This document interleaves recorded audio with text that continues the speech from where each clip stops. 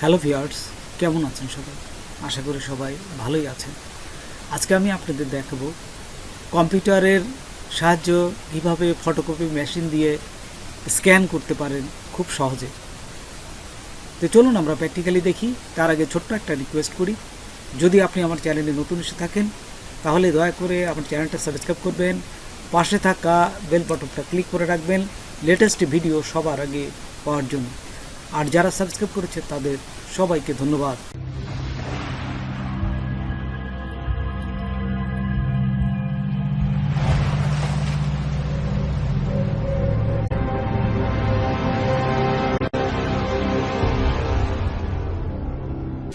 প্রথমেই আমরা কম্পিউটার এবং এই ফটোকপি মেশিনের একটা কেবল দিয়ে সংযোগ করব। তো কীভাবে সংযোগ করতে হয় সেটা আমি আপনাদের প্রথমে দেখাই। এই দেখুন আমার এই ফটোকপি মেশিন, এইখানে এই পিছন দিকে আপনারা এই একটা কেবল এই যে সংযোগ করবেন, জাস্ট প্রিন্টারের কানেকশনের মতনই। হ্যাঁ, তো দেখুন আমি আবার দেখাচ্ছি, প্রথম দিকে দেখাই যে এই যে প্রথম দিক হচ্ছে ফটোকপি মেশিনের প্রথম সাইড, এই যে এখান থেকে প্রিন্ট করা হয়, পিছন দিক যাবেন। এই যে পিছনে যাওয়ার পর এই যে দেখুন আমি আবার দেখাচ্ছি, এই যে ভালো করে, এই হচ্ছে ফ্রন্ট সাইড। এখন আমি ব্যাক সাইডে চলে যাব। এই যে পিছনে গেলাম, পিছনে যায় এইখানে এই যে পিছনে জাস্ট একটা ফাঁকা অপশন আছে, এইখানে এই কেবলটা জাস্ট লাগাই দেবেন। আচ্ছা, লাগানোর পরে এখন এই যে আমি এখানে লাগানোর পরে দেখুন এই কেবলটা বাকি অংশটা এই আমার কম্পিউটারে পিসিতে লাগাবো। এখন পিসিতে আসার পরে আপনার পিছন দিকের ইউএসবি পোর্ট আছে, সেখানেও লাগাতে পারেন।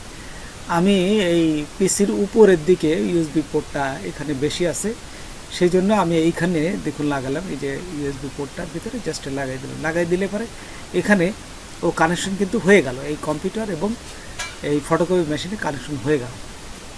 তো এখন আমি কম্পিউটারে দেখব যে আসলে আমার কম্পিউটারে কানেকশনটা তো ঠিক হয়ে গেল, কিন্তু ইনস্টল কিন্তু করিনি আমি এখন। তো ইনস্টল না করলে এর আইকন কিন্তু আসে না। তাই আমি একটা প্রমাণ আপনাদের দেখাচ্ছি।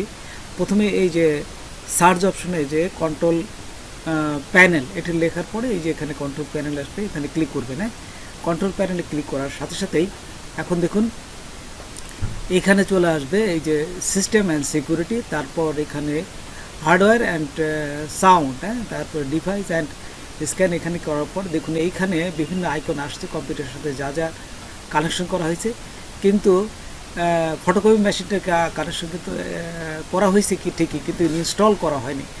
ইনস্টল করা হয়নি বিধায় এখানে কিন্তু আইকনটা আসে নাই।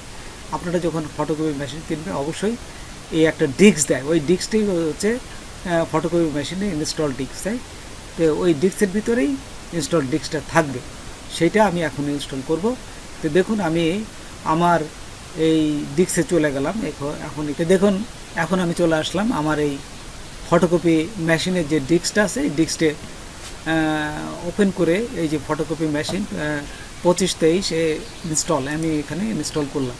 এই যে ইনস্টল করার সাথে সাথে দেখুন এখানে এই যে আসবে, তারপরে এখানে আপনারা বিভিন্ন অপশনতে ড্রাইভারে যাবেন, ড্রাইভারের থেকে আপনাদের যেটা সেটা নিয়ে এই যে সেট আপে ক্লিক করবেন। না, সেট আপে ক্লিক করার সাথে সাথেই যেহেতু কানেক্ট করাই আছে সেই জন্য আলটিমেটে এখন এটা দেখুন এই যে ইনস্টল হতে থাকবে। হ্যাঁ, এই যে উপরে দেবেন আই অ্যাকসেপ্ট, এইটা ক্লিক করবেন।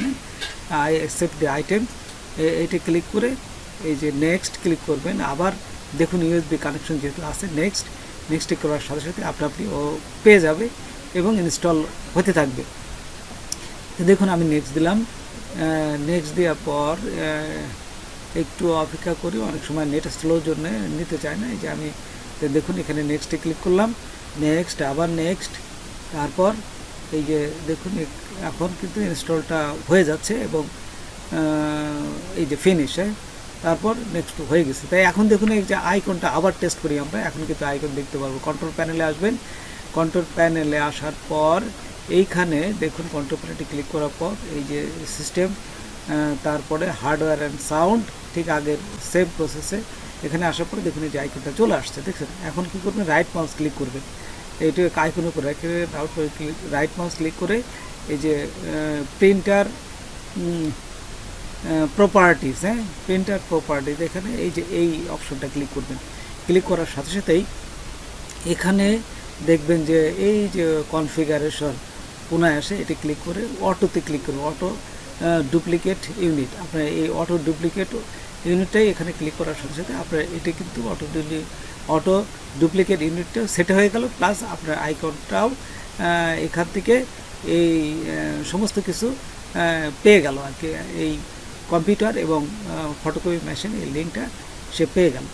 আচ্ছা, এবং দেখলাম যে এখানে আইকনটা ঠিক আছে।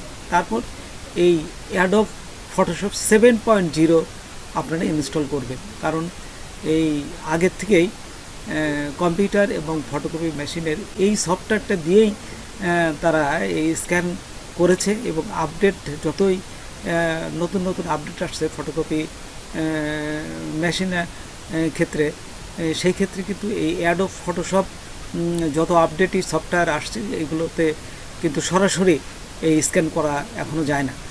সেই জন্য এই অ্যাডোব ফটোশপ 7.0 দিয়েই কিন্তু এই স্ক্যান করতে হয়। সেই জন্য এটা স্ক্যান করে নেবেন, কি খুব ছোট সফটওয়্যার, এটা ছোট্ট একটা সফটওয়্যার, এটা খুব দ্রুতই এটা ইনস্টল হয়ে যায়। তো ইনস্টল করতে গেলে কিন্তু এখানে কিন্তু একটা আপনার সিরিয়াল নাম্বার দিতে হয়। দেখবেন যে এই অ্যাডোব ফটোশপ 7.0-তে কিন্তু ইনস্টল সফটওয়্যার এই সফটওয়্যার ভিতরেই থাকে। তো দেখুন আমি এখান থেকে আপনাদের এই নর্মালি দেখাচ্ছি। তো এখানে ইনস্টল হওয়ার পর এই যে নেক্সটে দিবেন, হ্যাঁ, ইনস্টল করার পর নেক্সটে দিবেন, আবার নেক্সট, তারপর আবার নেক্সট এবং অ্যাকসেপ্টে দিবেন। হ্যাঁ, এই যে অ্যাকসেপ্ট দেওয়ার পর এখানে কিন্তু সিরিয়াল নাম্বারটা দেখুন, এখানে ইয়েস আসবে, তারপরে নেক্সট নেক্সট, তারপরে এই যে খুব দ্রুত বাকি ওর সাথে যে সফটওয়্যারগুলো আছে অ্যাডোব ফটোশপের বাড়তি রান করতে যে সফটওয়্যারগুলো লাগে, ঠিক সেইগুলো খুব দ্রুত ইনস্টল হয়ে যাচ্ছে। এই খুব দ্রুতই কিন্তু ইনস্টল হয়ে যাচ্ছে। এই যে দেখুন 100% ইনস্টল হয়ে যাবে। এই যে তারপরে ফিনিশে ক্লিক করলাম, এই যে ফিনিশে ক্লিক করার সাথে সাথেই অ্যাডোব ফটোশপ 7.0 কিন্তু ইনস্টল হয়ে গেছে। তারপরে এই অ্যাডোব ফটোশপ যেটা আমরা একটু আগে ইনস্টল করলাম সেটা ওপেন করব। এই যে দেখুন অ্যাডোব ফটোশপ 7.0 ওপেন করলাম। তারপর এরকম যাবে, এখানে যে কোনো একটা ফাইল, জাস্ট নিউ একটা ফাইল ওপেন করে নেবেন। জাস্ট ওপেন করে আমি এখান থেকে ফাইল, তারপরে চলে আসবো ইম্পোর্ট, হ্যাঁ, তারপরে স্টুডিও স্ক্যান ড্রাইভ। এই যে ডান পাশে যদি আমি আসি, এখান থেকে দেখুন বিভিন্ন অপশন আছে। জাস্ট এইখান থেকে স্টুডিও 2523 সিরিজ স্ক্যান ড্রাইভার, হ্যাঁ, জাস্ট এখানে ক্লিক করবেন। ক্লিক করার পর আপনার এরকম আসবে। এরকম আসার পরে আপনারা দেখবেন যে স্ক্যানে ক্লিক করবেন। হ্যাঁ, আপনার অবশ্যই আপনার ফটোকপি মেশিনের ভিতর যদি যে কোনো পেপার দিয়ে রাখবেন, আমি এই পেপারটা লিখেছিলাম বিধায় স্ক্যান হয়ে গেছে দেখুন।